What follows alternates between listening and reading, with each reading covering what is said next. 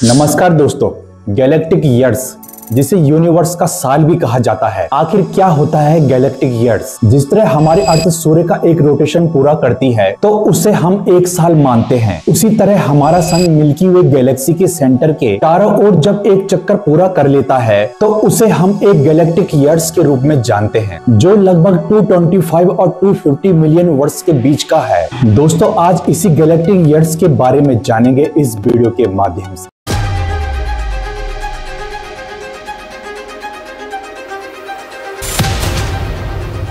दोस्तों, जब हमारी अर्थ सूर्य के चारों ओर एक रोटेशन पूरा करती है तो दुनिया एक नए साल की शुरुआत का सेलिब्रेशन मनाती है। उसी तरह एक गैलेक्टिक ईयर्स जिसे यूनिवर्स ईयर्स भी कहा जाता है, जब सन को मिल्की वे गैलेक्सी के सेंटर के चारों ओर एक रोटेशन पूरा करने के लिए समय लगता है तो ये लगभग 225 और 250 मिलियन वर्ष के बीच का समय है। दोस्तों, हमारा सोलर सिस्टम मिल्की वे गैलेक्सी के सेंटर के चारों ओर 51,40,000 मील प्रति घंटे की स्पीड से घूमता है, जबकि अर्थ 67,756 मील प्रति घंटे की स्पीड से सन के चारों ओर रोटेशन करती है। एक गैलेक्टिक ईयर्स का यूज यूनिवर्स के समय से जुड़े साल का इंडिकेट करने के लिए एक से अधिक सरल इकाई के रूप में जाना जाता है। एग्जाम्पल के लिए मिल्की वे को 13.4 बिलियन ईयर्स पुराना बताने के बजाय इसे 54 गैलेक्टिक ईयर्स के रूप में इंडिकेट किया जाता है। दुनिया भर के साइंटिस्ट यूनिवर्स के साल को और अधिक जानने के लिए गैलेक्टिक टी डे की स्थापना की, ताकि सोलर सिस्टम मिल्की वे की रोटेशन कैसे करता है इस बारे में जागरूकता बढ़ाई जा सके। हालांकि पूरे ऑर्बिट को 225 मिलियन वर्ष लगते हैं, इसलिए शोधकर्ताओं ने सूर्य की ऑर्बिट यात्रा को छोटे छोटे टुकड़ों में डिवाइड किया, जैसे कि हॉलीडे हर 1.7361 अर्थ वर्ष या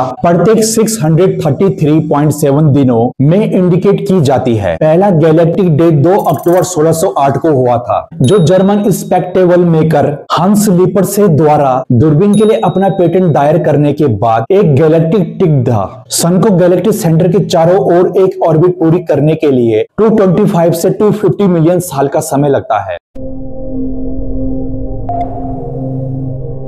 किसी कारण से ये अनुमान डिफरेंट भी हो सकते हैं, जिसमें सन और गैलेक्टिक सेंटर के बीच की दूरी शामिल है और समय के साथ साथ ये दूरी बदली गई या फिर नहीं। शोधकर्ताओं ने 225 मिलियन सालों पर समझौता किया, क्योंकि ये सबसे कम समय संभव था। अर्थ लगभग 4.5 बिलियन वर्ष पुरानी है, जिसका अर्थ है कि उसने गैलेक्टिक सेंटर के चारों ओर 20 रोटेशन पूरी कर ली है। ऐसा माना जाता है कि गैलेक्टिक सेंटर के चारों ओर सूर्य का ऑर्बिट एक पूरा रोटेशन है, जिसका अर्थ है कि इसे 360 डिग्री में डिवाइड किया जा सकता है। प्रत्येक डिग्री को आगे 60 पार्ट्स में डिवाइड किया जाता है, जिसे आर्क मिनट के रूप में जाना जाता है। प्रत्येक चाप मिनट को 60 चाप सेकंड बनाने के लिए 60 बार डिवाइड किया जाता है और प्रत्येक चाप सेकंड को 100 से डिवाइड किया जाता है और प्रत्येक को सेंटी आर्क सेकंड कहा जाता है, जो कि एक गैलेक्टिक टिक बनाता है। और प्रत्येक टिक 1.73 साल या 633.7 दिनों तक रहता है। दोस्तों, ऐसे स्पेस और नेचर की जानकारी के लिए वेल नेचर को फॉलो कीजिए। नमस्कार।